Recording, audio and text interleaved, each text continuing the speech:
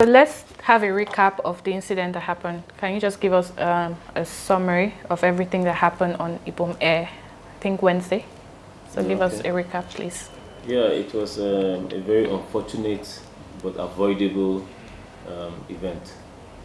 And I feel particularly sad because I spent the entire 2024 preaching against, almost like a pastor, against unruly passenger behavior. Worse still, for the fact that I hear that this unruly passenger is a lawyer who should know better.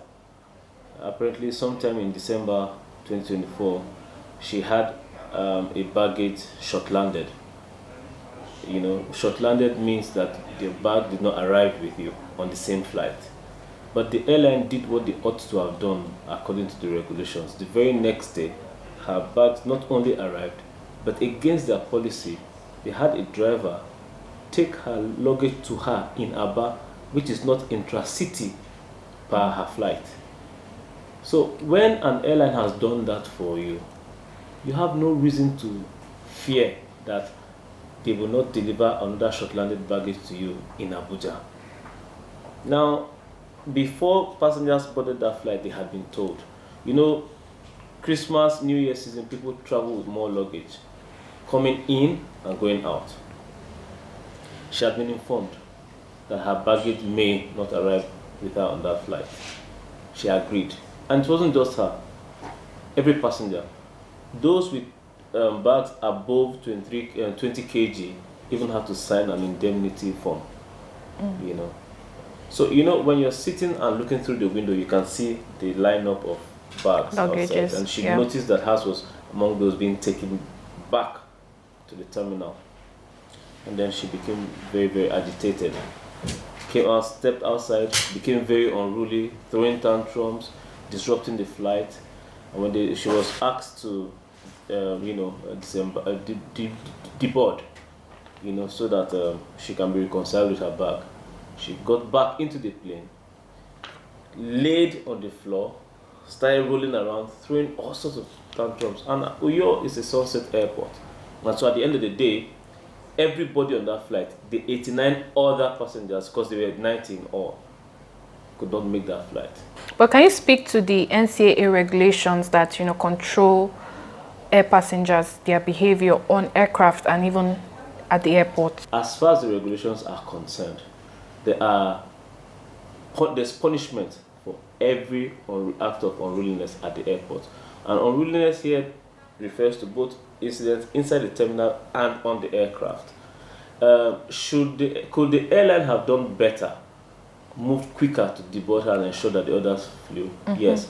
But also you cannot blame the airline because one, the woman had no right to behave like that in any case.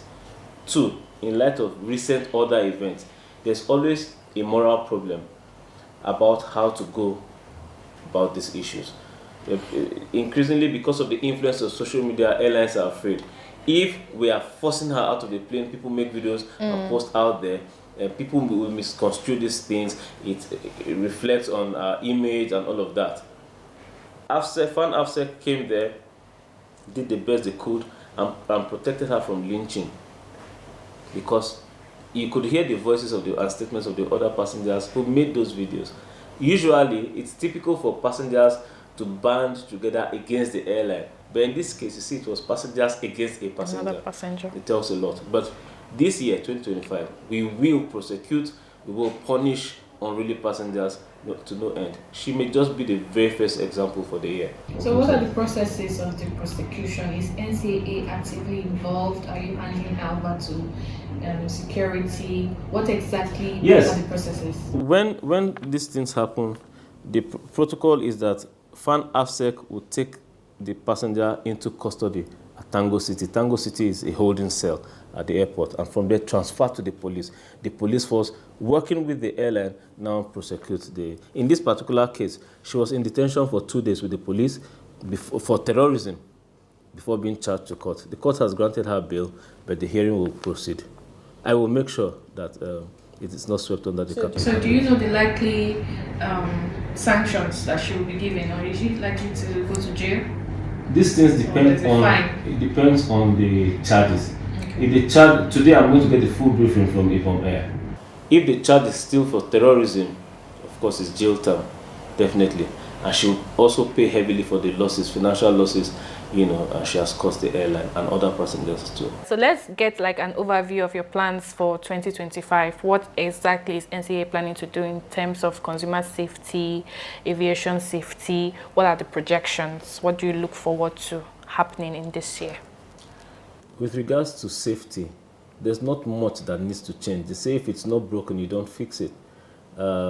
Nigeria has one of the best safety records in aviation globally.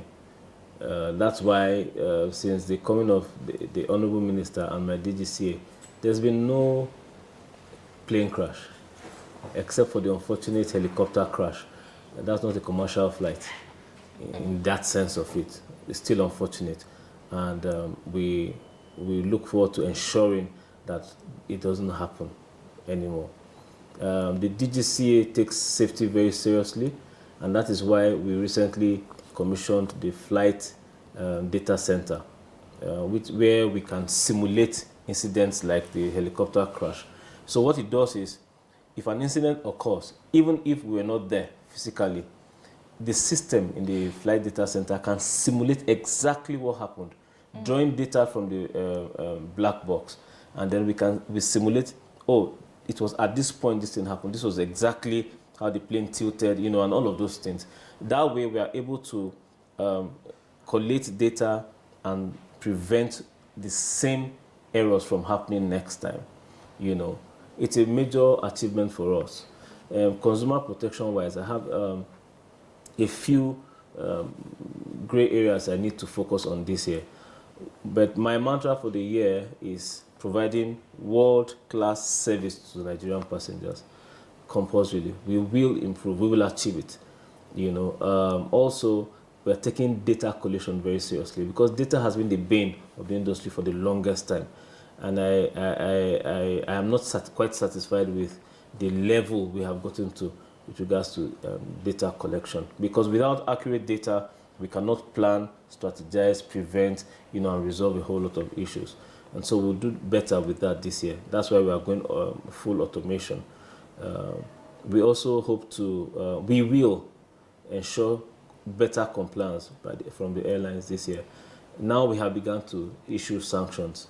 This morning I finally got feedback from our legal department with regards to the 5 airlines against whom we initiated, enforcement action. Hopefully those letters will be signed this week. But also expect more sanctions, in fact, heavier sanctions. As a matter of fact, I've instructed the team presently to gather all of the cases we have against a particular international airline. You may witness the heaviest fine in the history of aviation in Nigeria.